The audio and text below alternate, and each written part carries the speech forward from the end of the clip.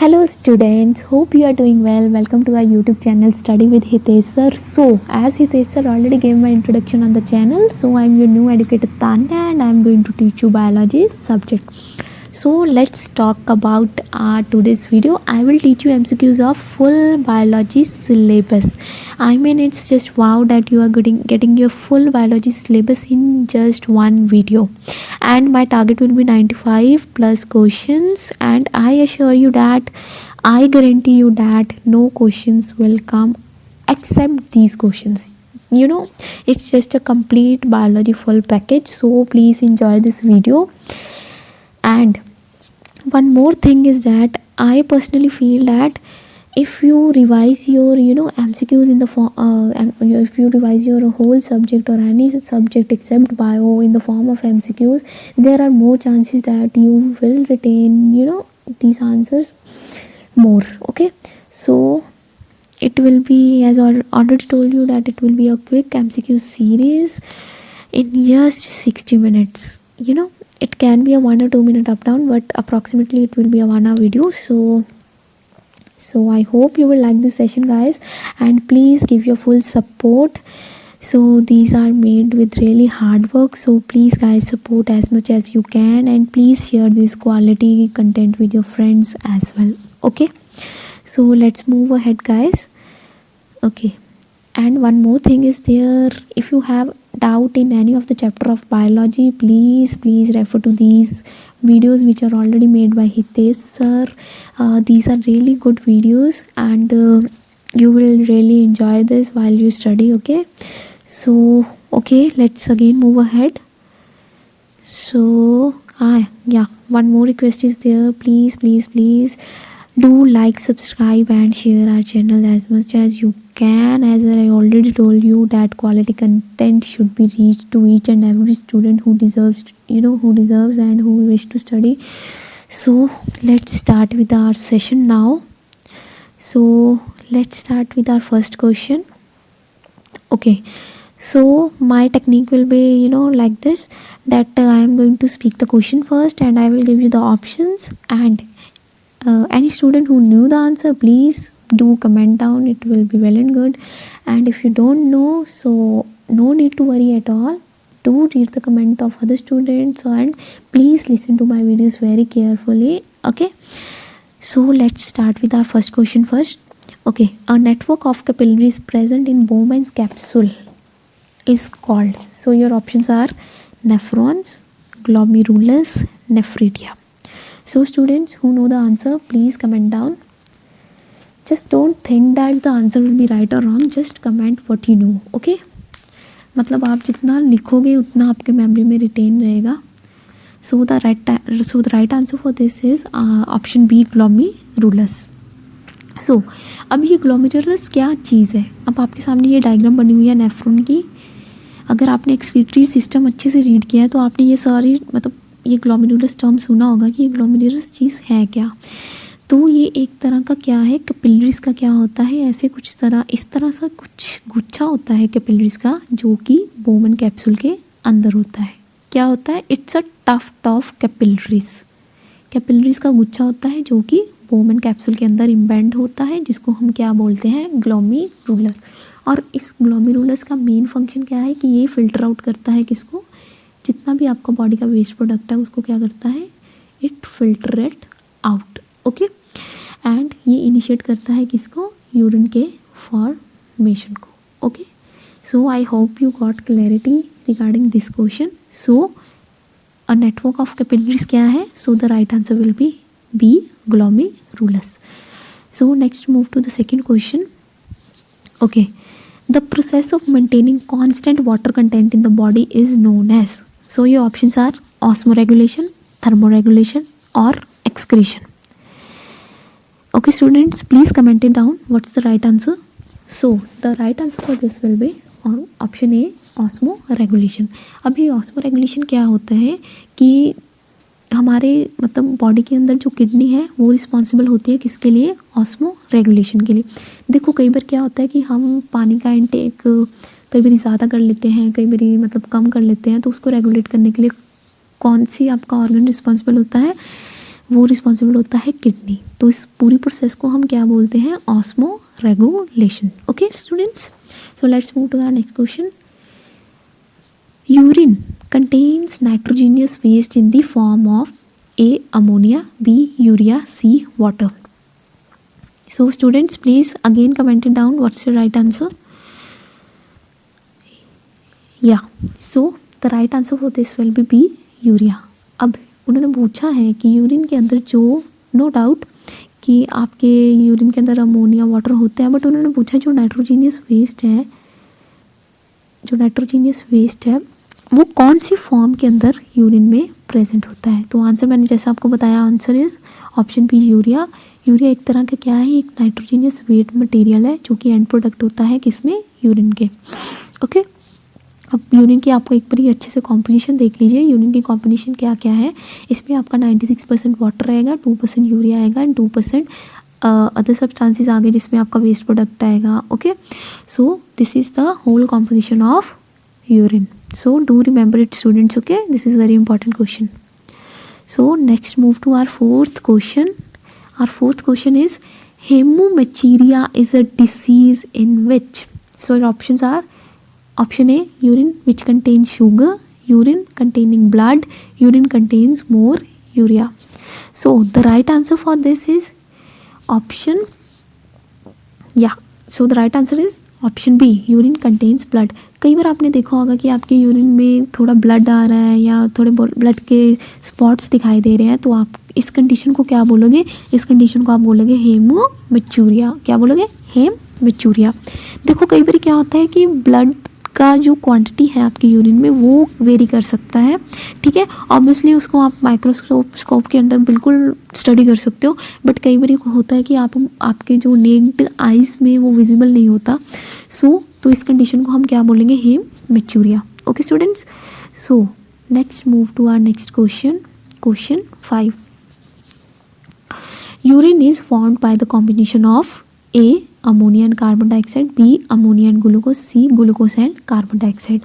So the correct answer for this will be option A. ammonia and carbon dioxide. So देखो जो आपका urine है वो किसके कॉम्बिनेशन से जो आपका यूरिन है वो फॉर्म होता है। तो आपका जो यूरिन है वो अमोनिया के molecules that is NH3 and carbon dioxide के मॉलिक्यूल्स CO2 के कॉम्बिनेशन से एक साइकिल बनता है जिसके अंदर आपके ये दोनों प्रोडक्ट्स बनते हैं जो कि कंबाइन करके आपका क्या बनाते हैं, यूरिया बनाते हैं। Okay students, I hope you got clarity for this question as well. So next move to our next question. So question 6 says which of the following is not a function of kidney? Okay, so the options are A. elimination of toxic substances, B. regulation of water balance, C. regulation of blood pressure, D. elimination of carbon dioxide. So students, please again comment your right answer.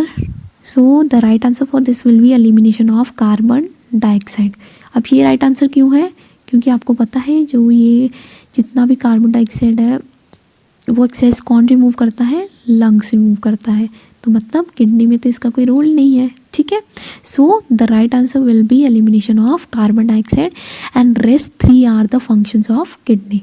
मतलब ये आपका जो kidney है ये eliminate करता है किसको, toxic substances को, ये रेगुलेट करता है वाटर बैलेंस को, जैसे मैंने आपको पहले भी बताया कि ये आपके वाटर बैलेंस को मेंटेन करता है, जिस प्रोसेस को हम क्या बोलते हैं, osmoregulation.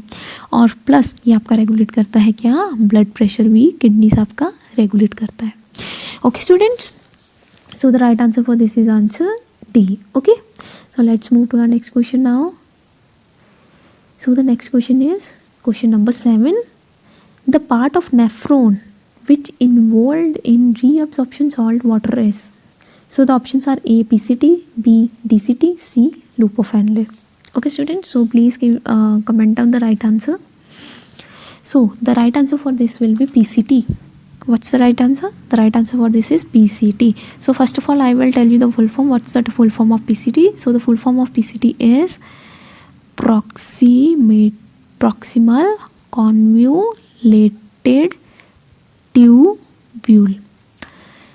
Okay students, what's the full form of PCT? The full form of PCT is proximal convoluted tubule. Okay, तो पीसीटी आपका क्या करता है, it's responsible for reabsorbing 50 to 60% of the filtrate. मतलब जितने भी आपके सॉल्ट्स होते हैं, जैसे कि आपका सोडियम सॉल्ट्स हो गए या फिर glucose, amino acids, chloride ions, ये कौन सब रीअब्सॉर्ब करता है, आपका पीसीटी।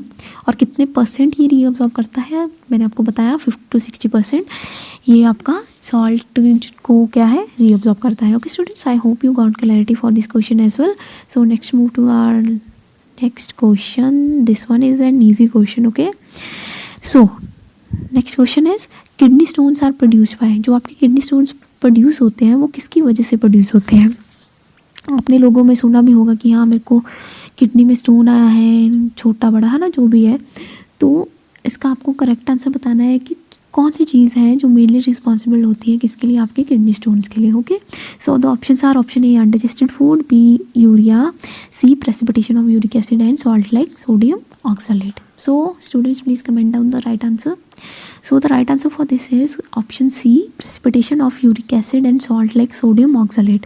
देखो अब यहाँ पे आपको किडनी की डायग्राम दिख रही होगी, और ये जो किडनी के ऊपर ऊपर आपको थोड़े से मतलब स्ट्रक्चर्स दिख रहे होंगे जिसको हम बोलते हैं किडनी स्टोन्स। ओके, अब ये किस वजह से फॉर्म होते हैं, ये फॉर्म होते हैं जब यूरिन में जो क्रिस्टल फॉर्मिंग सब्सटेंसेस ज़्यादा मतलब पाए जाते हैं। ऑब्वियसली अब क्या होगा, अब आपके यूरिन में क्या है, क्रिस्टल फॉर्मिंग सब्सटेंसेस कौन कौन से, जैसे कि आपका कैल्शियम हो गया, सोडियम ऑक्सलेट हो गया, या फिर यूरिक एसिड हो गया। अब जब इनका वाटर क्या है इवेपोरेट करता है, तो आपके लिए ये वाले क्या रह जाते हैं, सब्सटेंसेस रह जाते हैं जो कि क्रिस्टल फॉर्म करते हैं। ओके, और जब आपका, मैंने बताया कि जब आपका वाटर क्या हो जाता है, इवेपोरेट हो जाता है, तो ये वाले सब्सटेंसेस किडनी पर धीरे धीरे क्या होने लगते हैं, डिपॉजिट होने लगते हैं, फिर जिसको हम क्या बोलते हैं कि ये क्या बन गए हैं, किडनी स्टोन्स बन गए हैं। ओके, और डॉक्टर्स बहुत सारी चीज़ें भी रिकमेंड करते हैं जो कि आपको ईट नहीं करनी चाहिए। Okay, so right answer for this is option C, precipitation of uric acid and salt like sodium oxalate. Okay students, so next move our next question, question 9। So the urine contains, इसमें आपको अब composition बतानी है कि आपकी urine में कितना कितना क्या क्या है। Okay, so the options are 96% water, 2% urea and 2% waste, 90% water, 5% urea and 5% waste, and option C is 98% water and 2% urea. So the right answer for this is option A. तो आपके यूरिन में क्या क्या प्रेजेंट है, 96% क्या है, water present है, 2% urea है एंड 2% वेस्ट है। Okay students, do remember this composition, this is very important composition. So let's move to our next question, question number 10. So wow, this is a matchup. So students, please try to match these columns. Okay, on one side organs are given, and on the other side excretory products, okay, to be produced by organs are given. Okay, so the organs given are liver, lungs, kidney and skin. So we will try to match it with the other column. Okay, so we know liver, so the right answer for this will be bile pigments. We know liver releases what, bile pigments. So the correct answer matchup for A will be option 4. So next is lungs. As I already told you about lungs, what the function of lungs is, it removes the excess of carbon dioxide. So the right answer will be option 3-1. Okay, next one is kidneys. What's the role of kidney? So this is the whole chapter about excretory system only. So the right answer for this will be water, urea and salt. Okay, C is for 1, and last one is skin, and it matches up with second option, water, salt and lactic acid. Okay students, I hope you got clarity regarding this matchup also. So next move to our next question. Now we are coming to our now 11th question. So 11th question is, group of similar cells which have capacity to divide and form new cells is known as connective tissue, meristematic tissue, permanent tissue. So students, please comment down your answer fast. So the answer for this one is option B, meristematic tissue. अब इन्होंने यहाँ पे क्या पूछा है कि आप ऐसे सेल्स बताइए जिनके पास कैपेसिटी होती है कि वो आगे डिवाइड कर सके और नए सेल्स बना सके। तो वो ऐसे सेल्स कौन से हैं, वो है मेरिस्मेटिक टिश्यूज़। मेरिस्मेटिक टिश्यूज़ क्या होते हैं, ये प्लांट्स के अंदर होते हैं, जो कि मेनली किसके लिए रिस्पॉन्सिबल होते हैं, आपकी प्लांट की ग्रोथ के लिए जो रिस्पॉन्सिबल होते हैं उसको मेरिस्मेटिक टिश्यूज़ बोलते हैं।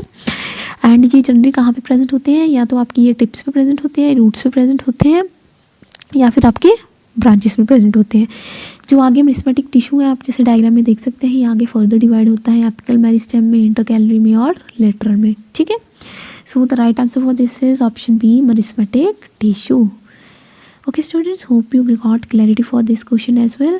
So next we are moving to our 12th question. What is the function of epithelial tissue? Option A support, B protection, C movement. So students, please comment down your answer fast. So the right answer for this is option B, protection. So the main function of epithelial tissue is protection. देखिए, ये जो epithelial tissues होते हैं ये through out body में आपके spread होते हैं। ये जनरली जितनी भी आपकी बॉडी सर्विसेज है इसको कवर करते हैं, आपकी जितनी भी बॉडी कैविटीज़ है उसके ऊपर कवर एज ए कवर का काम करते हैं। जितने भी आपके ऑर्गन्स हैं उसके अराउंड जो भी टिश्यू होता है उसको हम क्या बोलते हैं, एपिथेलियल टिश्यूज़ बोलते हैं। और जितने भी आपके ग्लैंड्स, जितने भी आपके मेजर ग्लैंड्स हैं बॉडी में, चाहे वो थायराइड ग्लैंड है, जो पिट्यूटरी ग्लैंड है, उसके अराउंड भी ये कौन सा आपका टिश्यू होता है, इसको बोलते हैं हम एपिथेलियल टिश्यूज़। ओके, ये बहुत सारे फंक्शंस परफॉर्म करता है, बट इसका जो मेजर फंक्शन है वो क्या करता है, प्रोटेक्शन। ये आपके जितने भी ऑर्गन्स जैसे बताया इनको क्या करके रखता है, प्रोटेक्ट करके रखता है। Okay students, so let's move to our next question, question 13. Tissue that carry oxygen around your body is A, blood tissue, nervous tissue, connective tissue. Okay, so students please comment down fast what's the right answer for this. Okay, so the right answer for this is option A, blood tissue. ठीक है, जो आपका blood tissue है वो क्या carry करता है, oxygen carry करता है। ऑक्सीजन कैसे कैरी करता है, वो अपने आप में जो आपका हीमोग्लोबिन होता है उसमें क्या है, ऑक्सीजन डिजॉल्व हो जाता है और वो आपके जितने भी ऑर्गन्स हैं वहाँ तक ये उसको पहुँच जाता है। Okay students, so the answer, correct answer for this will be option A, blood tissues. Okay, so let's move ahead to our next question. So the next question is question 14th. Which tissue is found in the fibrous covering of coconut? Coconut तो आपने देखा ही होगा कि उसकी outer covering कितनी ज़्यादा hard होती है, राइट? अब इन्होंने क्वेश्चन पूछा है विच टिश्यू, कौन सा ऐसा टिश्यू है जो कि आपके जो आउटर हार्ड कवरिंग होती है कोकोनट की, उसके ऊपर कौन सा टिश्यू पाया जाता है। So the options are option A collenchyma, option B sclerenchyma, option C parenchyma. So students please comment down the answer fast. So the right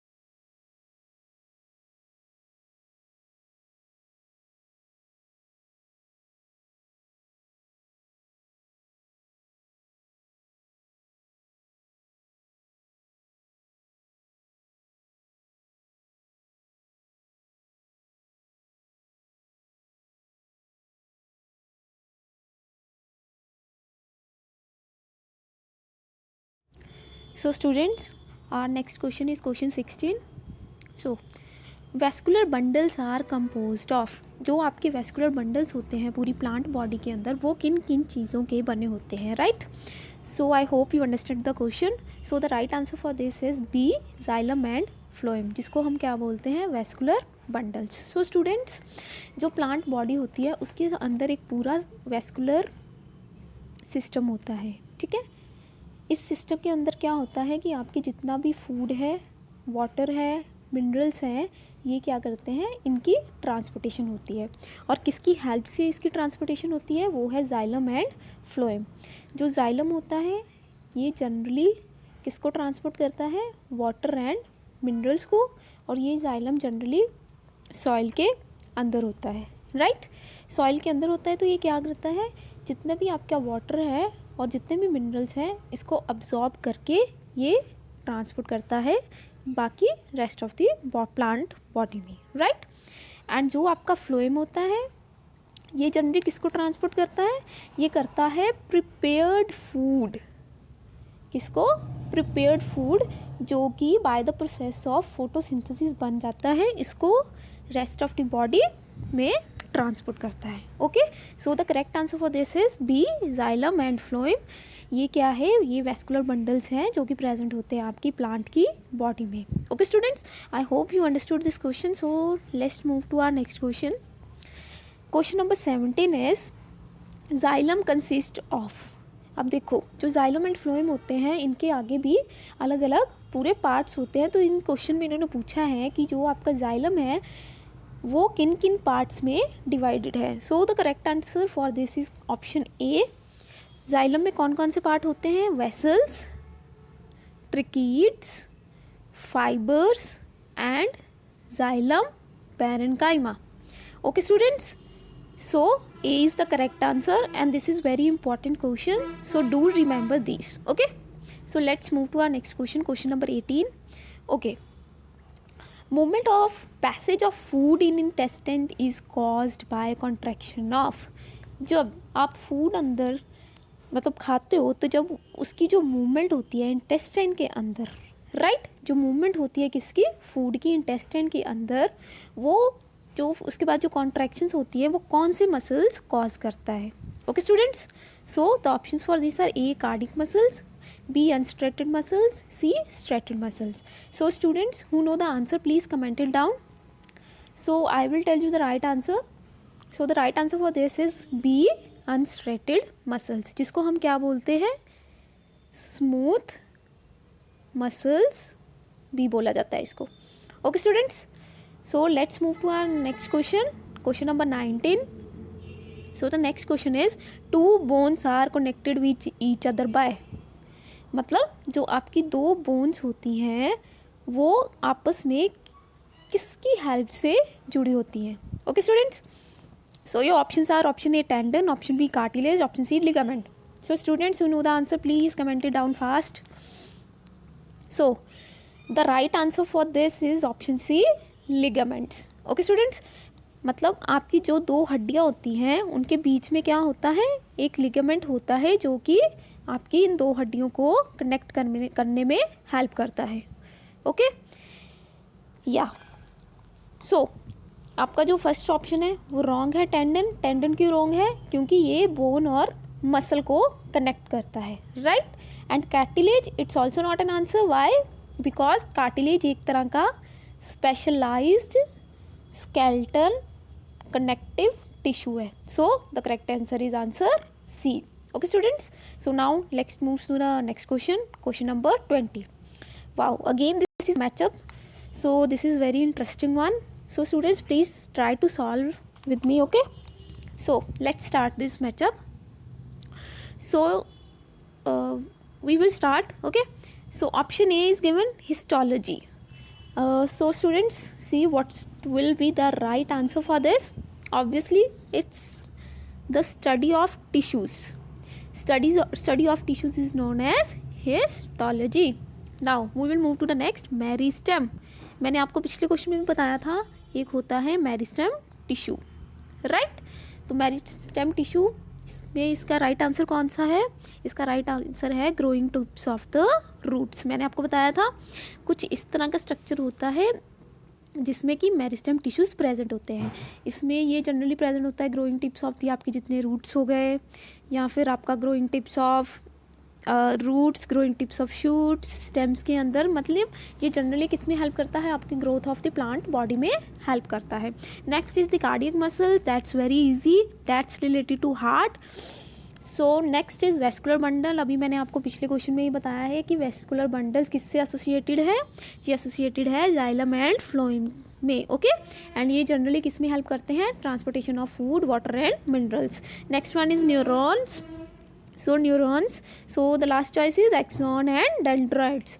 neurons क्या है, ये एक तरह के कुछ इस तरह से स्ट्रक्चर्स होते हैं, राइट, जिसमें कि एक्सॉन होता है, डेंड्राइट्स होते हैं, देन आपके नर्व एंडिंग्स होते हैं, right. So I hope you got clarity students. So next move to another question, question number 21. Okay student, so the question is which of the following regulates swelling, coughing, sneezing and vomiting activities। मतलब इन तीनों options में से कौन सी ऐसी चीज़ है brain की जो कि आपकी स्वेलिंग, कफिंग, स्नीजिंग और वॉमिटिंग एक्टिविटीज़ को कंट्रोल करती है। सो ये options are option A mid brain, option B hind brain, option C fore brain. So students comment down who knew the answer. So the correct answer for this is option B hind brain. Yes, hind brain is the part of the brain जो कि regulate करती है आपकी जितनी भी sneezing या फिर vomiting की एक्टिविटीज़ है। So it's controlled by hind brain. Okay students, next move to the next question, 22 question. Which of the following is the centre of many reflexes. Which of the following is the center of many reflections? Options are option A spinal cord, option B cerebellum cortex, option C pons. So students who knew the answer, please comment it down, okay? So the correct answer for this is option A spinal cord. Okay students, so spinal cord क्या करता है, ये primarily क्या करता है, आपके transmit करता है किसको, नर्व सिग्नल्स को, ठीक है, and it is the centre for many reflexes, okay. So next move to our next question, question number 23. Dash are chemical messengers that transmit a message from a nerve cell across a synapse to a target cell. Okay, तो इन तीनों में से ऐसा कौन सा chemical messenger है जो कि ट्रांसमिट करता है क्या मैसेज आपका एक नर्व सेल से, साइनैप्स से होकर दूसरे नर्व सेल तक। सो students you know the answer, please comment it down fast. So I will tell you the correct answer. So the correct answer for this is A neurotransmitter. Neurotransmitter क्या है, एक तरह के chemical messengers होते हैं, ठीक है। ये जनरली सेंड करते हैं किसको, इन्फॉर्मेशन को, किस किस के बीच में, दो न्यूरॉन्स के बीच में। जैसे ये आपके दो न्यूरॉन्स हैं, ठीक है, बीच में एक साइनैप्स होगा, इसको क्रॉस करके जो रिसीविंग न्यूरॉन है उसको वो इन्फॉर्मेशन सेंड करता है, ठीक है। एंड ये जो न्यूरोट्रांसमीटर्स होते हैं जनरली मोर देन 100 को, मतलब 100 से ज़्यादा आइडेंटिफाई किए गए हैं और हर एक का अपना अपना एक पर्टिकुलर फंक्शन है। और जनरली ये क्या करते हैं, ये जनरली क्या है, केमिकल साइनैप्सिस है। Okay student, so the answer is neurotransmitter. This is very important question, do remember this. So let's move to our next question, question number 24. The activities of internal organs like heart, kidney, stomach etcetera are controlled by. जितने भी आपके internal organs है, जैसे कि heart हो गया, आपका kidney हो गया एंड स्टमक हो गया, वो कौन कंट्रोल करता है। ऑप्शंस आर आपके option A central nervous system, option B peripheral nervous system, option C automatic nervous system. So students who knew the answer, please comment it down. I hope you are enjoying this series and if you have any doubt regarding this, please do comment, okay? So I hope you answered, okay? So the correct answer for this is autonomic nervous system, जिसको हम ANS भी बोलते हैं। So ANS का क्या काम है, ये जनरली जितने भी आपके इनवॉलेंट्री एक्शंस होते हैं, ठीक है, जैसे आपका हो गया हार्ट बीट या फिर आपकी पेरिस्टालिस मूवमेंट होती है, ठीक है, तो वो सब कौन कंट्रोल करता है, जैसे कि नाम से क्लियर है, autonomic nervous system. Okay students, so let's move to our next question, question number 25. Okay, the fluid present between layer of meninges is called. आपको पता है हमारे ब्रेन के अंदर लेयर्स होती है मेनिंजिस की। सो इन्होंने यहाँ पे क्वेश्चन पूछा है कि कौन सा ऐसा फ्लूइड है जो कि हमारे मेनिंजिस की लेयर्स के बीच में प्रेजेंट होता है। So the correct answer for this is option A cerebrospinal fluid, ठीक है। तो इसका करेक्ट आंसर क्या है, सेरिब्रोस्पाइनल फ्लूइड। एक तरह का क्या होता है, कलरलेस लिक्विड होता है। कौन सा लिक्विड है, ये कलरलेस लिक्विड है जो कि क्या करता है, आपका जो ब्रेन है इसको प्रोटेक्ट करके रखता है, ठीक है। ब्रेन प्लस स्पाइनल कोड दोनों को प्रोटेक्ट करता है, किससे? फिजिकल और केमिकल डैमेज से। Okay students, so the right answer for this is cerebrospinal fluid. Okay, so let's move to our next question, question number 26. Cells or neurons which are capable of perceiving stimuli is. So the options are option A sensory neuron, option B motor neuron, option C mixed neuron. So students, please comment your answer fast. So the correct answer for this is option A sensory neuron. इन्होंने क्या question पूछा था, ऐसे sales बताइए जो कि किसी stimuli को क्या करते हैं, परसीव कर लेते हैं। तो सेंसरी न्यूरॉन ऐसे न्यूरॉन्स है जो कि क्या करते हैं, स्टिमुलाई को परसीव करते हैं। एंड सेंसरी न्यूरॉन्स को एफरेंट न्यूरॉन्स भी बोला जाता है, ठीक है। और ये क्या करते हैं, स्टिमुलस को एक्शन में बदल देते हैं एंड इस पूरी प्रोसेस को क्या बोलते हैं, sensory transduction. Okay students, this term is very important. Sensory transduction क्या होता है, जब एक स्टिमुलाई एक्शन में चेंज हो जाता है उसको बोलते हैं सेंसरी ट्रांसडक्शन। जैसे मैं आपको एक एग्जांपल भी देती हूँ, जैसे अगर हमने किसी गर्म चीज़ को हाथ लगाया तो हमारी वो क्या है, सेंसरी न्यूरॉन उसको क्या है, स्टिमुलाई को क्या करेगी, परसीव करेगी और हमारा एक्शन क्या होगा कि हम जल्दी से अपना हाथ को पीछे हटा लेंगे। Okay students, so I hope you got clarity for this question also. So we will move to our next question, question number 27. Which of the following is not a part of forebrain? Okay students, which of the following is not a part of the forebrain? Option A cerebellum, hypothalamus, olfactory lobes, and option D cerebellum. So students, please comment it down. This one is a little tricky question. So the answer for 27th question is option D cerebellum. Okay, cerebrum, hypothalamus, olfactory lobes, okay, and the cerebellum is not a part of forebrain. So please students comment down, cerebellum is a part of which brain. Okay, so this is a homework for you. So we will move to our next question, question number 28.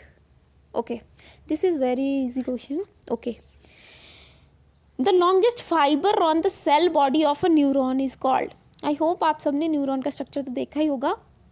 ये longest एक cell है, तो option है आपके, option A sheath, option B cytoplasm, option C axon, option D dendrites. Okay students, comment down. Okay, so the correct answer for question number 28 is option C axon. Axon क्या है, आपको ये दिख रहा होगा, ये लॉन्गेस्ट फाइबर है इस पूरी सेल बॉडी का, ठीक है, जिसको हम बोलते हैं एक्सॉन, राइट। एंड डेंड्राइट्स क्या है, ये जो आपको ब्रांच स्ट्रक्चर दिख रहा है इसको डेंड्राइट्स बोलते हैं। न्यूक्लियस का तो आपको पता ही है, जो सेंटर पार्ट होता है। एंड सेल बॉडी जो जेली लाइक स्ट्रक्चर होता है उसको सेल बॉडी बोलते हैं। एंड जो आपकी ये जो आपकी लास्ट में दिख रहा है आपको ब्रांच लाइक स्ट्रक्चर, इसको नर्व एंडिंग्स बोलते हैं, right. So I hope you got clarity for the same. So next move to the next question, question number 29। Body posture is maintained by, जो आपका बॉडी पोस्चर मेंटेन किया जाता है वो कौन करता है? Option A cerebellum, option B cerebrum, option C spinal cord. So students please comment it down your answer for question number 29. So the correct answer for question number 29 is option yes option B cerebellum. ये generally कहाँ पे present होता है? आपकी head की back की तरफ present होता है। एंड जनरली किस किस को कंट्रोल करता है? आपकी जितनी भी वॉलंटरी एक्टिविटीज़ हैं, एंड जनरली बैलेंस को मेंटेन करता है एंड इक्विलिब्रियम को मेंटेन करता है। So the correct answer for this is option B cerebellum. Okay, so move to our next question, question number 30। There are dash pairs of spinal nerves. आपको पता होना चाहिए कि हमारे स्पाइनल नर्व्स हैं, तो आपको इसकी बतानी है कि कितनी हमारी ये प्रेजेंट है हमारी बॉडी के अंदर, right. So the options are option A 30, 31 and 32। So students please comment it down fast that what's the correct answer for this. So the correct answer for this is option yes option B 31. So there are 31 pairs of spinal nerves in our body. So these the names of different spinal nerves in our body are cervical, means they are 8 in number, thoracic they are 12 in number, lumbar they are 5 in number, sacral they are 5 in number, and coccygeal it is 1 in number. So it make a 31 pair of spinal nerves. So students, come to our next question, question number 31. Optimum temperature range for photosynthesis is option A 0 to 30 degree Celsius, option B 10 to 35 degree Celsius, option C 5 to 40 degree Celsius. So students who knew the answer, please comment it down fast. So अब उनका question है कि जो optimum temperature, अब देखो students optimum temperature क्या होता है. ऑप्टिमम टेम्परेचर वो टेम्परेचर होता है जिसको आप एक तरह का सूटेबल टेम्परेचर बोल सकते हो, जो कि रिक्वायर होता है किसके लिए, for the process of photosynthesis. तो ऑप्टिमम टेम्परेचर बताने से पहले मैं आपको एक बारी फोटोसिंथेसिस का प्रोसेस बताना चाहूँगी. फोटोसिंथेसिस होता क्या है. फोटोसिंथेसिस ये एक ऐसा प्रोसेस है जिससे कि जो प्लांट्स हैं वो क्या करते हैं, ग्रीन प्लांट्स हैं जो, वो अपना क्या फूड मैन्युफैक्चर करते हैं, right. And this process is known as photosynthesis. तो फोटोसिंथेसिस में जो इम्पॉर्टेंट कंपोनेंट्स हैं वो क्या क्या हैं, CO2 यानी कि carbon dioxide, then sunlight, then green pigment, chlorophyll. ये सारी इसेंशियल कंपोनेंट्स हैं that are required for the process of photosynthesis. अब देखो स्टूडेंट्स, इसका राइट आंसर है option B 10 to 35. 10 to 35 degree Celsius जो है वो ऑप्टिमम टेम्परेचर है किसके लिए, फोटोसिंथेसिस को होने के लिए.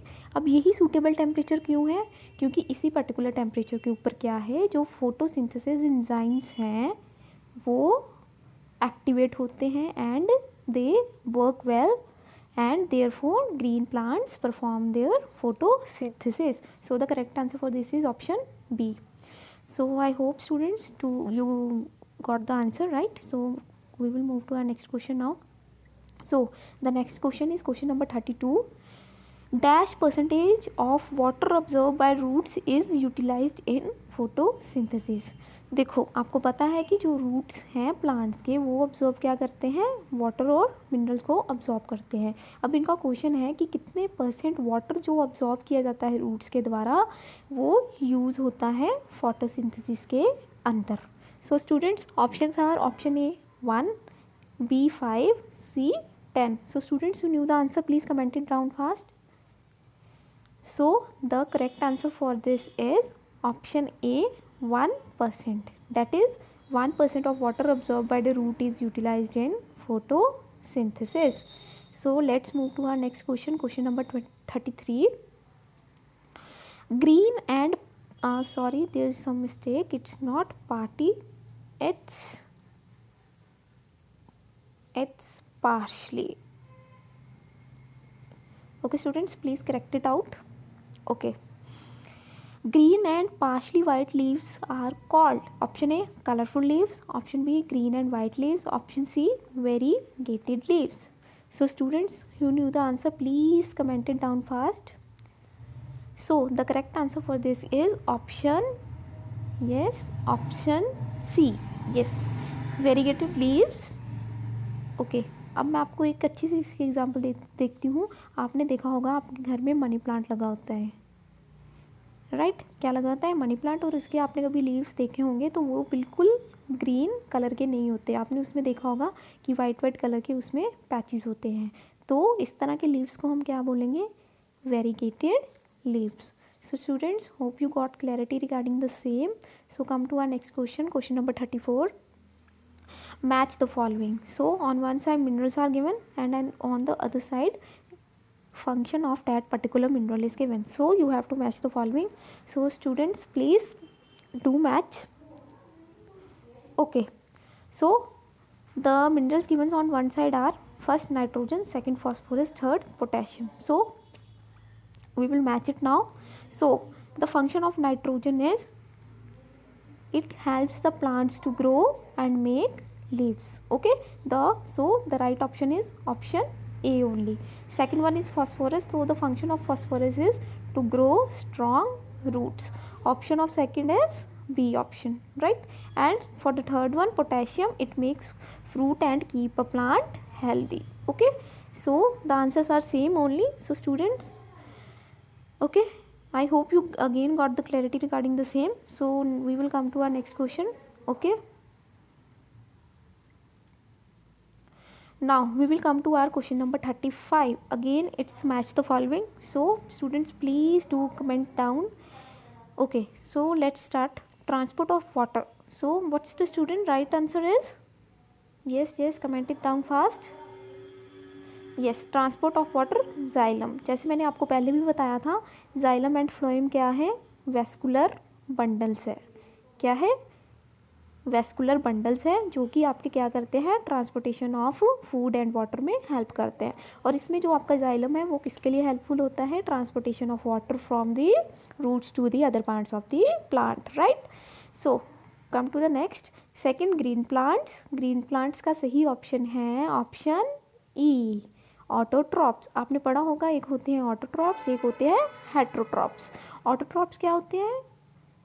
Yeah, green plants are called the autotrophs as they can manufacture their own food. So the right answer for second is E option. So come to the next, cannot make their own food. So the right answer for this is heterotrophs, right? As green plants are known as autotrophs as they can manufacture their own food, and the one who cannot manufacture their own food and they are dependent on the green plants for their food is known as heterotrophs. Okay, and animals come in this particular category, right guys? So the fourth one is stomata. Stomata, the correct option for this will be guard cells. आपने देखा होगा कि जो leaves होते हैं उसमें छोटे छोटे पोर्स होते हैं, राइट? इस पोर्स को हम क्या बोलते हैं? स्टोमेटा। अगर आप इसका माइक्रोस्कोपिक स्ट्रक्चर देखोगे तो इस पोर्स के अंदर आपको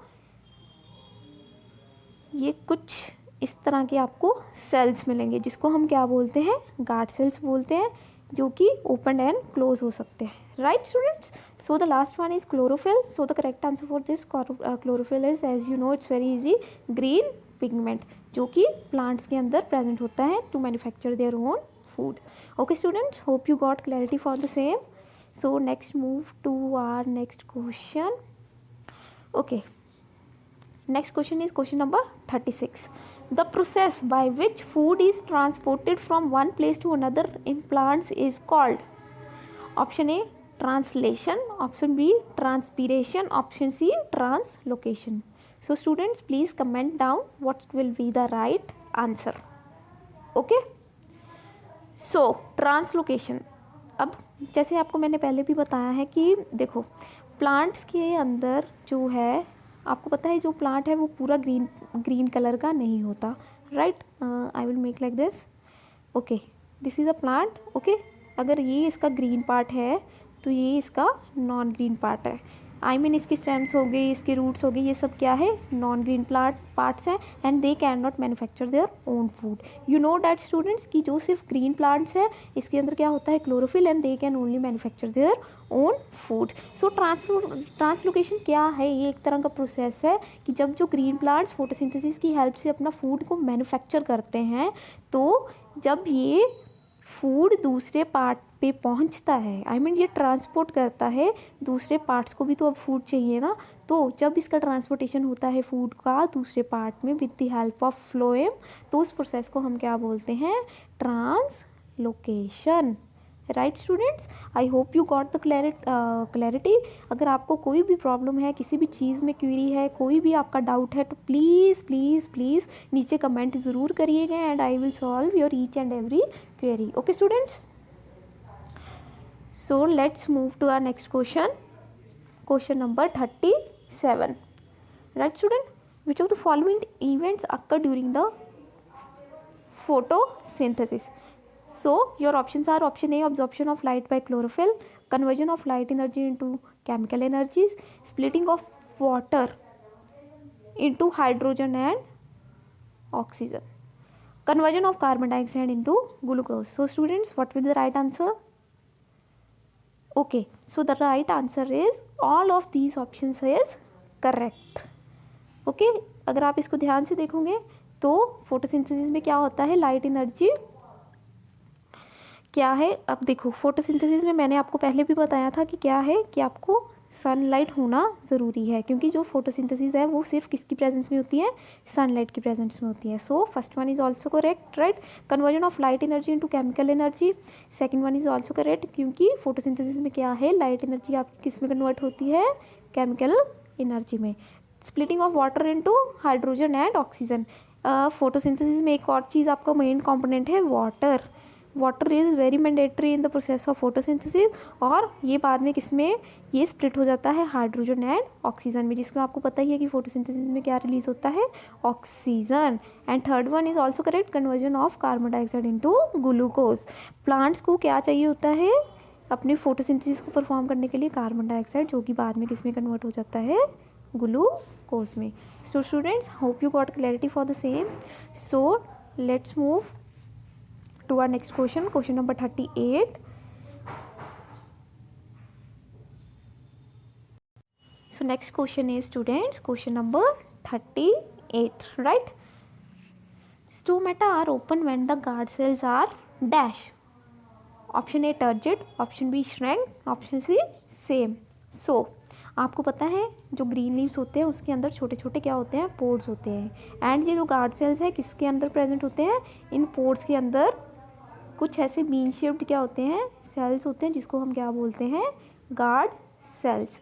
सो अब इनका फंक्शन क्या है कि ये जो गार्ड सेल्स हैं, ये वाली जो आपके गार्ड सेल्स है, ये किसको रेगुलेट करते हैं, स्टोमेटा के पोर्स को। देखो अब क्या होता है जब प्रेजेंस होती है लाइट की, जिसको आप मान जैसे कि सनलाइट की प्रेजेंस में क्या है, ये जो गार्ड सेल्स है ये खुल जाते हैं तो क्या करते हैं, अपटेक ऑफ वाटर करते हैं। अब इसके अंदर पानी भर गया तो ये क्या कर जाते हैं, टर्जिड हो जाते हैं, right, due to the process of osmosis. तो ठीक है, तो हमारा राइट आंसर क्या होगा, option A, yes, turgid. So the option will be option A. तो क्या हो गया, in the presence of light ये जो गार्ड सेल्स है क्या है, ओपन कर जाएंगे, ओपन करने के बाद क्या होगा, इसके अंदर पानी जाएगा, पानी की वजह से ये क्या है, टर्जिड हो जाएंगे, राइट। और इसका अगर आपके ऑपोजिट इसका क्या है कि जब ये गार्ड सेल्स क्या है, क्लोज हो जाएंगे, राइट। क्लोज कब होंगे, जब बिल्कुल डार्क होगा ये क्लोज होंगे, तो क्या है ऑब्वियसली आपका जो क्या है ये श्रिंक कर जाएंगे। Okay students, I hope you got clarity for the same. So the next question is question number 39, which of the following affects the photosynthesis in plants. Okay, so your options are option A intensity of light, option B concentration of carbon dioxide, option C temperature, option D availability of water.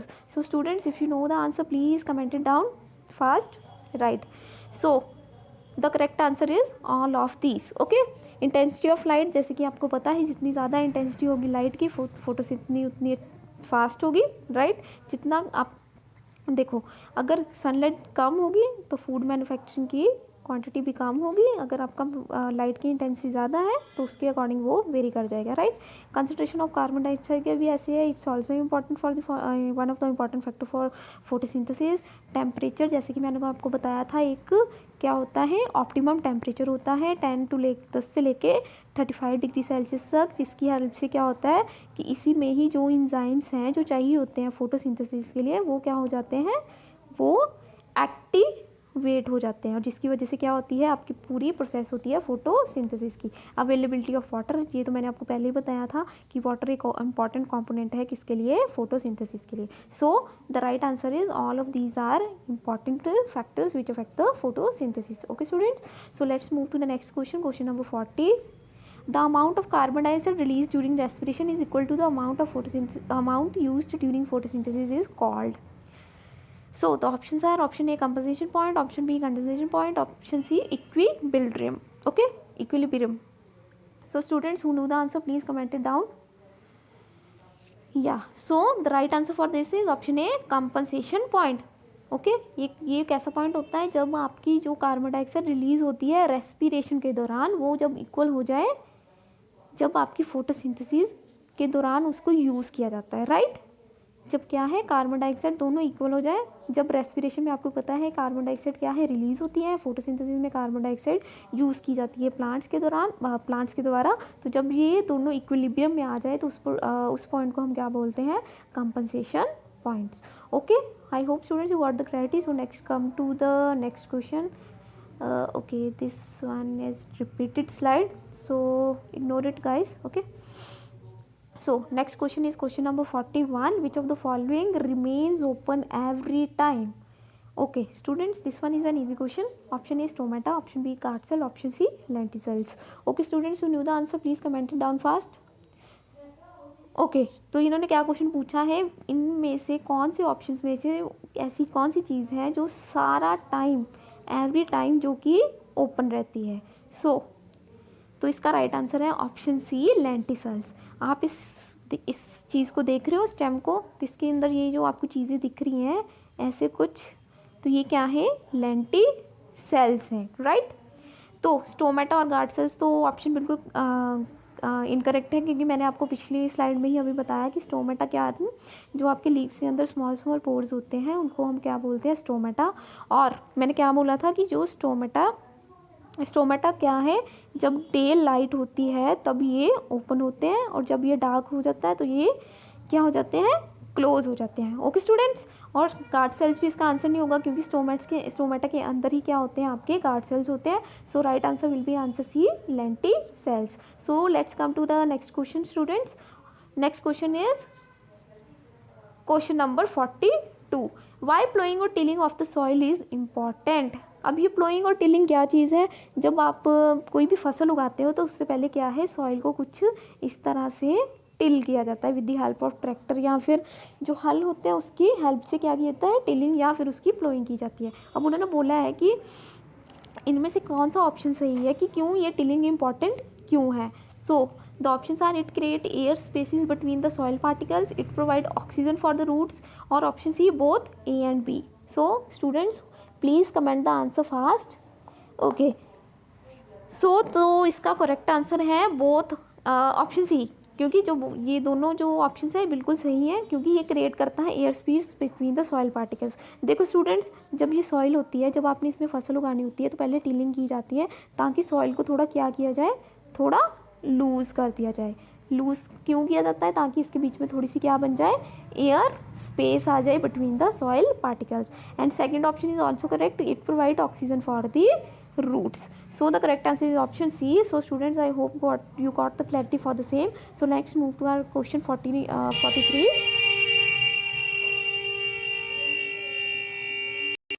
So the students, next question is question number 43. When air is blown from the mouth into the test tube containing lime water, the lime water turns milking due to the presence of option A oxygen, option B carbon dioxide, option C nitrogen, option D water vapor. So students, please comment it down. What's the right answer for this for question 43? So the right answer for this is carbon dioxide. ये students आपने experiment भी perform किया होगा कि जब भी carbon dioxide एक test tube में से निकाला जाता है जिसमें अंदर लाइम वाटर होता है, तो वो लाइम वाटर किस में टर्न हो जाता है, मिल्की। वो क्या हो जाता है, मिल्की। क्यों हो जाता है, due to the presence of carbon dioxide. So students, next question is question number 44. Dash gas is given in and dash given out by the leaf in bright sunlight. कौन सी ऐसी गैस है जो कि अंदर ली जाती है और बाहर छोड़ी जाती है, किसके द्वारा, प्लांट्स के द्वारा। So this is an easy question. So इसका आंसर क्या है, A. So options are A oxygen and carbon dioxide, B carbon dioxide and oxygen, C nitrogen and hydrogen. So students who knew the answer, please comment it down, what's the answer. Yes, so the right answer is yes, option B carbon dioxide and oxygen. Carbon dioxide gas is taken in and oxygen is given out by the leaf in bright sunlight. ठीक है, और इस process से क्या है कि photosynthesis होती है, जिससे कि वो क्या है, अपना फूड को मैन्युफैक्चर करते हैं। Okay students, so students let's move to our next question, question number 45. So the question is plants respire through. जो आपके प्लांट्स हैं वो कैसे रेस्पिरेशन करते हैं। सो आपके ऑप्शन है, option A stems, option B roots, option C leaves and option D all of the above. So students who know the answer please comment fast, and I think it's really a easy question. So okay, so the right answer for this is option D all of the above. All of the above क्यों आएगा, देखो मैंने आपको बताया था कि stems के अंदर क्या होता है, जो आपके जो स्टेम्स हैं उसके अंदर क्या होते हैं, ऐसी स्मॉल स्मॉल ओपनिंग्स होती है जिसको हम क्या बोलते हैं, लेंटिसेल्स. और इसके बारे में आपको मैंने क्या बताया था कि ये day and night every time ये क्या रहते हैं, ओपन रहते हैं, right. Okay, so A is also the correct answer, B roots. तो ये देखिए प्लांट के नीचे क्या होती है, सॉइल के अंदर एम्बेडेड होती है रूट्स, एंड रूट्स में क्या होते हैं, स्मॉल स्मॉल रूट हेयर्स होते हैं. तो इसके थ्रू ये भी क्या करते हैं, रेस्पिरेशन करते हैं. So B is also the right option. And option C का तो आपको पता ही है कि लीव्स के अंदर स्मॉल स्मॉल पोर्स होते हैं जिसको हम क्या बोलते हैं, स्टोमेटा बोलते हैं. स्टोमेटा के अंदर क्या होते हैं, गार्ड सेल्स होते हैं, और जब डे लाइट होती है तो गार्ड सेल्स क्या करते हैं, ओपन हो जाते हैं, इनटेक करते हैं वाटर का एंड टर्जिड हो जाते हैं, ठीक, राइट। और इसके थ्रू क्या होता है, रेस्पिरेशन होता है। So students, I hope you got clarity for the same. So next move to our next question, question number 46. Okay student, so the next question is glucose is oxidized to produce ethyl alcohol and lactic acid during the process of, ठीक है। इनका question क्या है कि glucose जो है वो oxidise होता है और क्या बनाता है, अल्कोहल और लैक्टिक एसिड बनाता है, और इस प्रोसेस, कौन सी प्रोसेस में ये बनाता है, राइट। सो ये options are, option A combustion, option B breathing, option C anaerobic respiration, option D aerobic respiration. So student know the answer, please comment on fast what will be the right answer for this. So the right answer for this is anaerobic respiration. अब students क्या है, दो तरह की respiration होती हैं, एक को बोलते हैं हम एरोबिक रेस्पिरेशन और दूसरी होती है एनारोबिक रेस्पिरेशन। तो एरोबिक रेस्पिरेशन क्या होती है, जब ऑक्सीजन की प्रेजेंस में रेस्पिरेशन होती है उसको हम क्या बोलते हैं, एरोबिक रेस्पिरेशन, और जब ऑक्सीजन की एब्सेंस में रेस्पिरेशन होती है उसको हम बोलते हैं एनारोबिक रेस्पिरेशन। ओके स्टूडेंट्स, अच्छा अब एनारोबिक रेस्पिरेशन में क्या होता है, ये जनरली माइक्रो ऑर्गेनिज्म में होती है, और जहाँ पे क्या है, ग्लूकोज क्या होता है, टूटता है ऑक्सीजन की एब्सेंस में, और क्या बनाता है आपका, ethyl alcohol and lactic acid बनाता है, और साथ में इसमें एनर्जी भी रिलीज होती है in the form of ATP, and कितने एटीपीज रिलीज होते हैं, 2 ATPs are released during this process. Okay students, I hope you got the clarity regarding the same. So next come to our question number 48. So next question is respiration is a dash process. जो आपकी respiration है वो कौन सी process है, anabolic, catabolic या none of the above. So students, you know the answer, please comment on fast what will the right answer for this. Okay, so the right answer for this is option B, catabolic. अब students देखो, दो तरह की processes होती हैं, okay, एक होता है एनाबॉलिज्म, राइट, दूसरा होता है कैटाबॉलिज्म। अब एनाबॉलिज्म क्या होता है, जब क्या है, सिंपल सब्सटेंसेस से क्या बनते हैं, कॉम्प्लेक्स सब्सटेंस। अब यहाँ पे क्या है, सिंपल सब्सटेंसेस हैं और क्या बन रहे हैं, यहाँ पे कॉम्प्लेक्स सब्सटेंसेस बन रहे हैं, इसको हम बोलते हैं एनाबॉलिज्म। और एनाबॉलिज्म में जनरली क्या होती है, सिंथेसिस होती है, मतलब फॉर्मेशन होती है। और इसके ऑपोजिट हम क्या अगर लेते हैं, कैटाबॉलिज्म, जिसका मैंने बताया कि रेस्पिरेशन क्या है, एक कैटाबॉलिक प्रोसेस है। तो इसमें क्या होता है, इसमें जनरली ब्रेक डाउन होता है, क्या होता है, ब्रेक डाउन होता है। जैसे एनाबॉलिज्म में क्या होता था, सिंथेसिस मतलब कि फॉर्मेशन हो रही है, तो कैटाबॉलिज्म में आपकी मतलब बिल्कुल ऑपोजिट क्या हो रहा है, ब्रेक डाउन हो रहा है। उसमें क्या होती है, रिलीज होती है एनर्जी, और ये जो एनर्जी रिलीज होती है इसको हम किसके लिए यूज़ करते हैं, अपनी लिविंग एक्टिविटीज़ के लिए। ओके स्टूडेंट्स, सो रेस्पिरेशन एक तरह की क्या है, कैटाबॉलिज्म है। Okay students, I hope you got clarity for the same. So next move to our question number 49. Which type of respiration releases more energy, aerobic, anaerobic, both release equal amount of energy. So students, who know the answer, please comment on fast what will be the right answer for this. Okay, so the right answer for this is option A, aerobic respiration.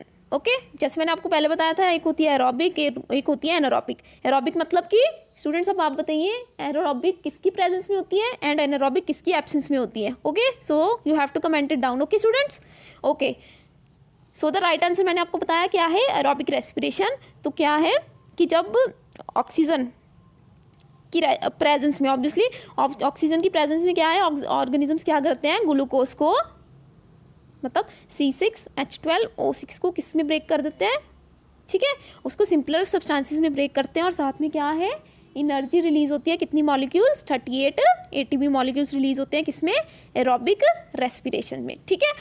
So next move to our next question, question number 50. So this is a matchup. So students please try to match the columns. Okay, so let's try. Okay, so the option A is lenticels and stomata. So the correct answer for this is D, gaseous exchange. अब आपको पता है lenticels और stomatas क्या होते हैं। Lenticels generally stems में present होती है, ये ओपनिंग्स होती है, ठीक है, इसके थ्रू क्या होती है, रेस्पिरेशन मतलब एक्सचेंज ऑफ गैसेस होती है, राइट। एंड स्टोमेटा का भी आपको पता है, ये जनरली लीव्स में क्या होते हैं, स्मॉल स्मॉल पोर्स होते हैं, जिसके थ्रू क्या होती है, रेस्पिरेशन। सो ऑप्शन ए का क्या है, gaseous exchange. Okay, second is anaerobic respiration. So इसका करेक्ट आंसर क्या है, इसका partial oxidation of glucose in the present, sorry guys, यहाँ पे प्रेजेंट नहीं है, एक्चुअली थोड़ी मिस्टेक होगी, यहाँ पे आएगा absence of oxygen. Okay, so the correct answer for this is partial oxidation of glucose in the absence of oxygen. और मैंने बताया था जो प्रेजेंस में होती है उसको क्या बोलते हैं, aerobic respiration. Okay students, so next is diffusion.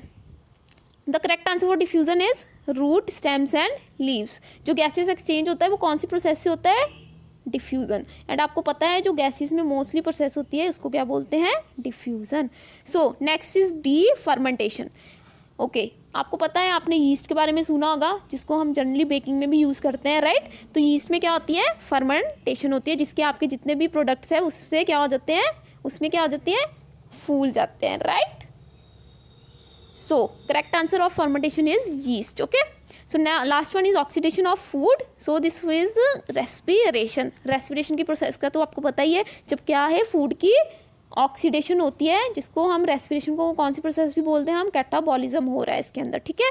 तो जो भी एनर्जी रिलीज होती है इसके रेस्पिरेशन के अंदर, उसको हम किसके लिए यूज़ करते हैं, अपनी लिविंग एक्टिविटीज़ को परफॉर्म करने के लिए। Okay students, I hope you got clarity for the same. So next move to our next question, question number 51. So our question is features of porifera are. Okay students, so जो our options are, option A body is porous, option B it has many tiny pores to draw water, option C both A and B. So students who know the answer please comment down fast what are the features of porifera. Okay, so students the correct answer for this is both A and B. Okay तो Porifera अब क्या होता है, Porifera अगर मैं आपको बोलूँ कि कुछ ऐसे एनिमल्स भी होते हैं डीप ओशन में जो कि बिल्कुल फिक्स हैं, तो आप मेरी बात नहीं मानोगे, बट स्टिल यस ऐसे भी एनिमल्स होते हैं जो कि बिल्कुल नीचे फिक्स रहते हैं, कहाँ पे, ओशन फ्लोर पे, ठीक है। एंड दे कांट मूव, वो क्या नहीं हो सकते, वो बिल्कुल भी अपनी मूवमेंट नहीं कर सकते, ठीक है। तो अच्छा, इनका पहला ऑप्शन क्या था, बॉडी इज़ पोरस। तो अगर हम इस पॉरीफेरा की देखेंगे बॉडी, तो इसके अंदर क्या होते हैं, स्मॉल स्मॉल पोर्स होते हैं। So correct first question option is correct कि इसकी बॉडी क्या होती है, पोरस होती है, ठीक है। अच्छा, तो हम इस पॉरीफेरा को और क्या बोलते हैं, दूसरे नाम से जानते हैं, हम इसको स्पॉन्जिस भी बोलते हैं। क्या बोलते हैं, स्पॉन्जिस भी बोलते हैं जी। जनरली क्या होते हैं, ये जनरली मल्टी सेलुलर ऑर्गेनिजम्स होते हैं। ऑल्दो ये मल्टी सेलुलर ऑर्गेनिजम्स होते हैं, बट फिर भी इनके अंदर क्या होता है, टिश्यूज़ नहीं होते, इस करके ये क्या है, बिल्कुल इनकी शेप जो होती है असिमेट्रिकल होती है। Okay students, I hope you got clarity regarding the Porifera family. तो क्या है, इनकी क्या होती है, बॉडी पोरस होती है। सेकंड, इसके अंदर छोटे छोटे क्या होते हैं, पोर्स होते हैं, ताकि ये अपना वाटर जो है उसको ड्रॉ कर सके। Okay students, I hope you got the clarity. Next question is question number 52. Annelids they are also called segmented worms, composed of rings, have body cavity, all of these. Okay students, please comment down the answer fast. What will the right answer for this? Okay, so the right answer for this is option D, all of these. Okay, let's study about annelids now. अगर आपने earthworms देखा होगा तो ये किसकी category में आते हैं, एनिलिड्स की कैटेगरी में आते हैं। ओके, तो अर्थवर्म ने आपने देखा होगा कुछ इस तरह का स्ट्रक्चर है। तो ये जनरली क्या होते हैं, सेगमेंटेड होते हैं। सेगमेंट मतलब सेगमेंट्स में डिवाइड हो रखे होते हैं, और जनरली इनके ऊपर क्या होता है, रिंग लाइक ऐसे कुछ स्ट्रक्चर होता है, राइट। ये जनरली कहाँ पे पाए जाते हैं, या तो ये बिल्कुल डीपेस्ट ओशन फ्लोर में पाए हो जाते हैं। तो इनकी शेप्स भी क्या है, वेरी करते हैं, कई बिल्कुल छोटे होते हैं, कई 3 मीटर तक लंबे भी होते हैं, राइट। एंड ये इनमें एक सिमेट्री भी पाई जाती है। So let's see the answers कि हाँ ये सेगमेंटेड वॉर्म्स होते हैं। येस बिल्कुल ये सेगमेंटेड वॉर्म्स होते हैं। और इसके अंदर रिंग्स होते हैं, येस बिल्कुल इसके अंदर ऐसे ऐसे रिंग्स भी होते हैं। They have body cavity, yes इनके अंदर बॉडी कैविटी भी होती है। So the right answer for this is option D. Okay students, let's move to our next question, question number 53. Animals which don't have backbone is known as option A vertebrates, option B invertebrates, option C both. Okay students, I hope you know about vertebrates and invertebrates. So comment down fast what will be the right answer for this.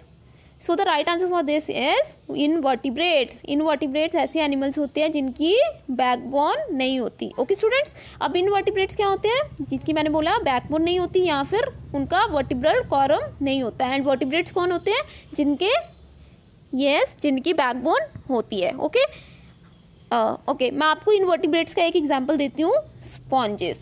Spongin क्या है, जैसे मैंने आपको spongin के बारे में पिछली slide में भी बताया, स्पॉन्जिस क्या है, ये एक सिमेट्रिकल एनिमल्स होते हैं और उनकी क्या होती है, बैकबोन नहीं होती।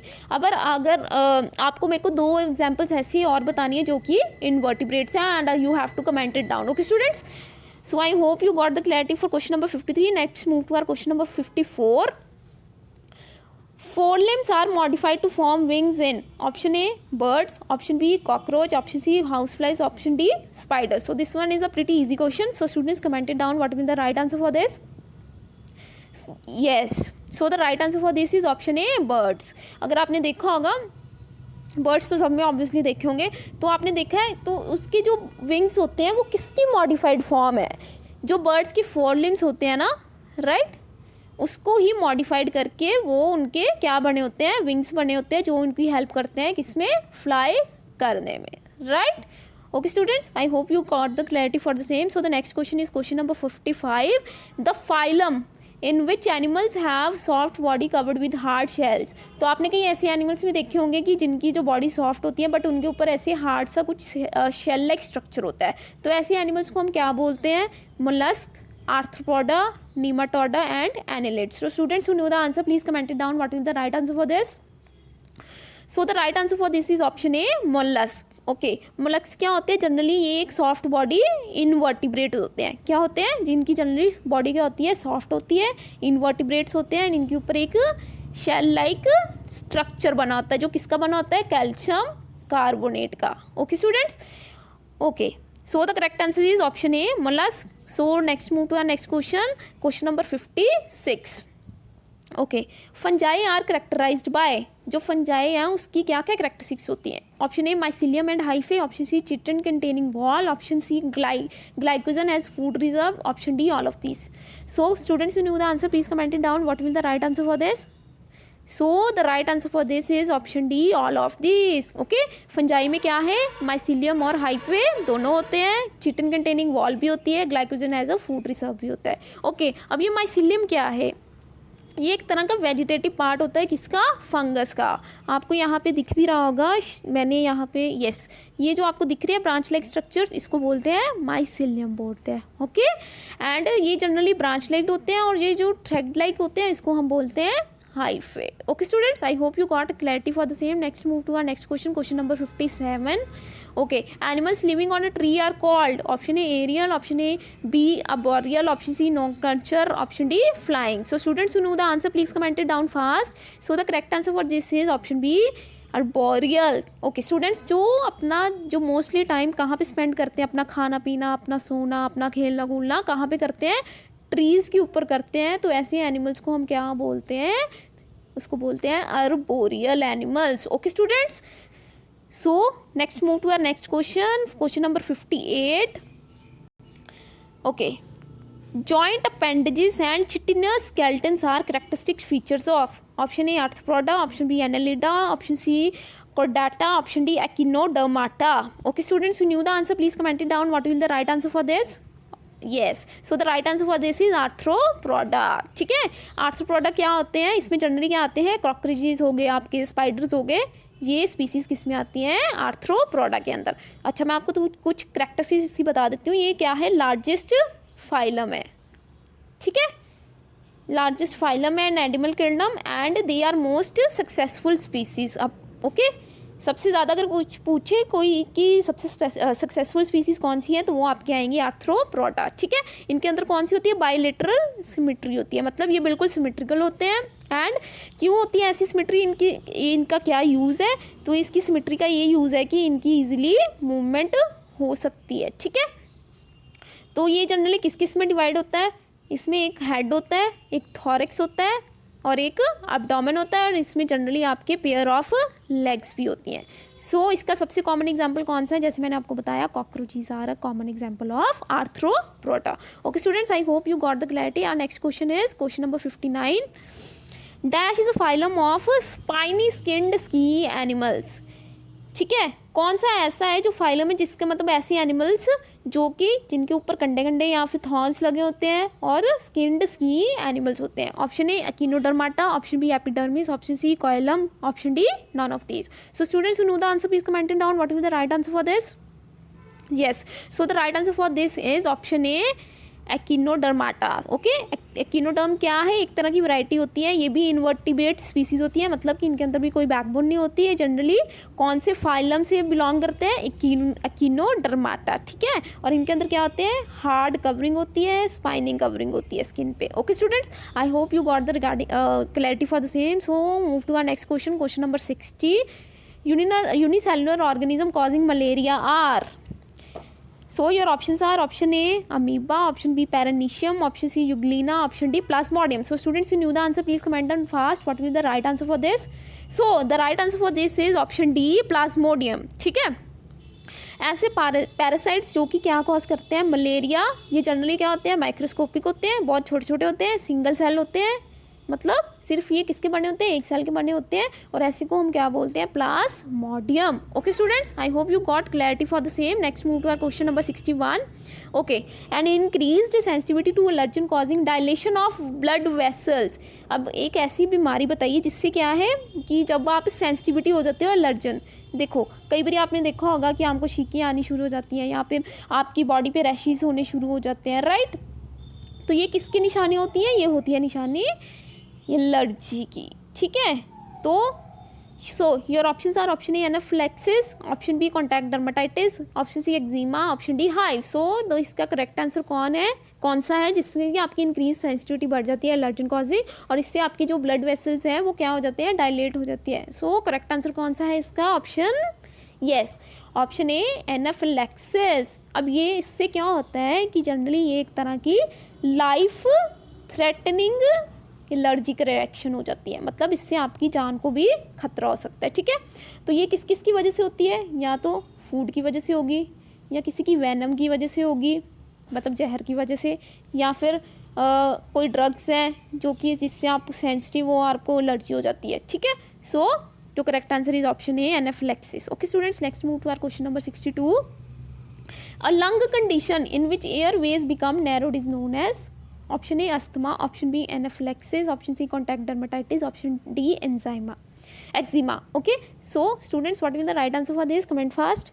सो the right answer for this will be option A asthma. Asthma क्या है? एक तरह की ऐसी कंडीशन हो जाती है जब क्या है आपकी जो जहाँ से आपकी एयर निकलनी है वो क्या हो जाती है? नैरो हो जाती है. नैरो मतलब बिल्कुल छोटी हो जाती है, जिससे आपको प्रॉब्लम आती है सांस लेने में. ठीक है, so the correct answer is option A asthma. So next move to our next question number 63. The pet dander is A, animal hair that has been shed, microscopic particles of animal skin, invisible mites that live on animals, dust that has settled on animal skin. So student, what will the right answer for this? Please comment it down. Okay, तो पेट denter क्या है? ये एक tiny microscopic होती है skin shade bye cat, मतलब जितने भी एनिमल्स हैं उनकी क्या है? छोटी छोटी स्किन ऐसी माइक्रोस्कोपिक जो हमें दिखती नहीं है अपनी नेक्ड आई से, तो उन स्किन के पार्टिकल्स को हम क्या बोलते हैं? Pet dander. Okay students, so the correct answer for this will be microscopic particles of animal skin. Okay students, let's move to our next question number 64. The class of drugs used to treat allergic reactions. तो मैंने आपको क्या बताया था allergy क्या होती है? जब आप कोई भी फूड खा लेते हो, कोई भी ड्रग्स ले लेते हो, कोई भी किसी की डस्ट में कांटेक्ट में आते हो, तो आपको एलर्जी शुरू होने लग पड़ती है. तो इसके सिम्टम्स जनरली क्या होते हैं? या तो आपको स्नीजिंग आने लग पड़ेगी, या आपके रैशेस होने लग पड़ेंगे, राइट?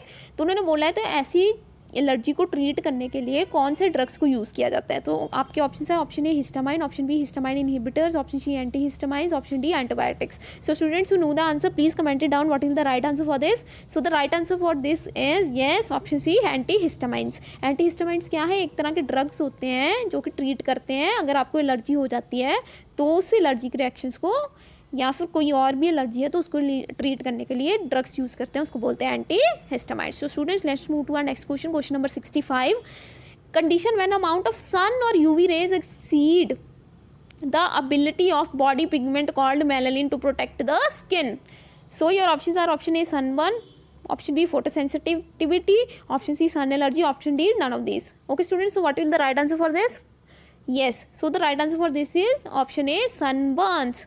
सनबर्न्स क्या होती है? जब आपने कभी देखा होगा कि आपकी बॉडी पे ऐसा कुछ रेड कलर का स्किन पे हो जाता है, और ये जनरली स्वॉलन, मतलब इससे स्वेलिंग भी हो जाती है और ये काफ़ी पेनफुल भी होता है, ठीक है, जब आपका एक्सपोजर होता है कहाँ पे, यूवी रेज ऑफ सन्स की वजह से, तो इस कंडीशन को हम क्या बोलते हैं, उस कंडीशन को हम बोलते हैं sunburns. Okay students, so let's move to our next question, question number 66। Dash is rapid involuntary contracting and releasing of muscles in several parts of the body. Option A conversion, option B contact dermatitis, option C asthma, option D eczema. Okay students, who knew the answer please comment the answer fast. Okay, so the right answer for this question number 66 is A conversion. Conversion एक तरह की ऐसी disease होती है या फिर ऐसी condition होती है जहाँ पे आपकी जो बॉडी मसल्स हैं वो आपके कंट्रोल में नहीं रहते, राइट, एंड वो रैंडमली क्या होते हैं, रिलैक्स और रिपीटेडली रिलैक्स करते हैं और रैपिडली करते हैं, और जिसकी वजह से आपकी जो बॉडी मूवमेंट्स होती हैं वो अनकंट्रोल्ड होती है, मतलब इनवॉलंटरी होती है और वो आपके बिल्कुल हाथ में नहीं होती है, और ऐसी कंडीशन को हम क्या बोलते हैं, convergence. Okay students, I hope you got clarity for the same. Next question is question number 67. Proteins released from the feces of minute house dust mite. Okay?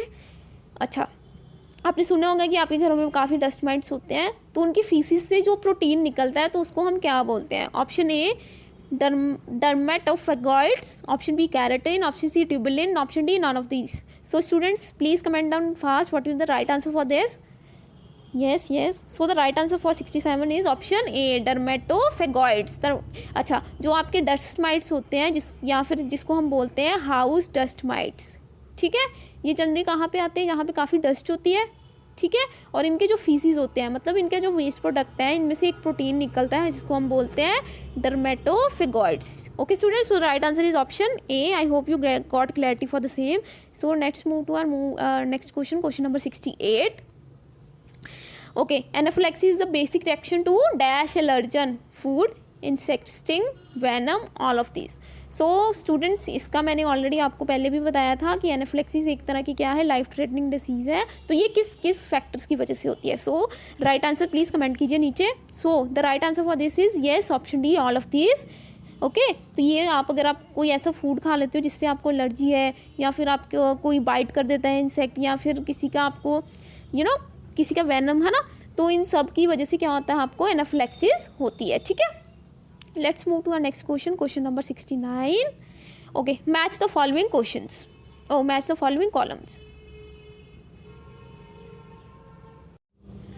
So students please try करिए match करने का। Okay, so first is food allergen, so correct answer for this is option 3 allergen. Second is sun allergy, sun allergy का correct answer क्या हो सकता है, it will be yes, sun allergy से मैंने आपको क्या बताया था, सनबर्न्स होते हैं जिसकी वजह से आपकी स्किन बिल्कुल रेड हो जाती है और स्वेलिंग भी होती है, and it is also painful. Okay, so next is perennial allergy. Perennial allergy कौन सी है आपकी, that is pet dander. Pet dander में मैंने आपको बताया था क्या होती है, जब जो माइक्रोस्कोपिक जो हेयर्स होते हैं किसके, एनिमल्स के, उसको हम बोलते हैं पेट डेंडर। ओके, डर्माटाइटिस क्या होती है, so the correct answer for this भी एक्जिमा, ये एक तरह की स्किन डिसीज़ है, ओके, जिसको हम क्या बोलते हैं, एक्जिमा बोलते हैं। And last word is allergic reaction. Allergic reaction से की क्या है, इट इज़ एनाफिलैक्सिस, ओके, जिसको मैंने ऑलरेडी बताया ये एक लाइफ थ्रेटनिंग डिसीज़ है। Okay students, let's move to our next last question, question 70। Okay, a foreign body to which body reacts by making antibodies is called A antigen, B histamines, C leukocytes, D ribosomes। Okay, ऐसी कौन सी foreign proteins हैं जिसके मतलब कि जिसको body react करती है और क्या बनाती है, वो एंटीबॉडीज़ बनाती है। सो what will the right answer for this students, so the right answer for this is option A antigen. Okay students, antigen, okay, antigen अब क्या है, एक सब्सटेंस है ऐसा जो कि हमारी बॉडी क्या रिकॉग्नाइज करती है इसको एज अ फॉरेन प्रोटीन, और किसको प्रोवोक करती है, ये इम्यून सिस्टम को प्रोवोक करती है, ठीक है, और जिसकी वजह से क्या है, एंटीबॉडीज प्रोड्यूस होती है हमारी बॉडी में। Okay students, antigen is any substance that causes your immune system to produce antibodies against it. Okay, antigen एक तरह का फॉरेन प्रोटीन है और इसके रिस्पॉन्स में क्या प्रोड्यूस होती है, antibodies. Okay students, I hope you got the clarity regarding the same. Okay students, and thank you so much for watching this series, and if you have any comment or any doubt or any question in your mind, please don't hesitate to comment it down, and please support this channel Study with Hitesh sir, and don't forget to subscribe, like and comment and share. Okay students, and I just want कि जैसे आपने Hitesh sir को support किया है वैसे ही please मेरे को भी सपोर्ट कीजिएगा। एंड मैं इन फ्यूचर काफ़ी वीडियोस लेके आने वाली हूँ, नॉट जस्ट बायोलॉजी, और भी काफ़ी कुछ सोचा है। एंड प्लीज़ सपोर्ट कीजिए। जैसे मैंने आपको पहले भी बोला था, ये काफ़ी अच्छा कंटेंट हम दे रहे हैं in the form of MCQs। Okay, so bye bye students, take care.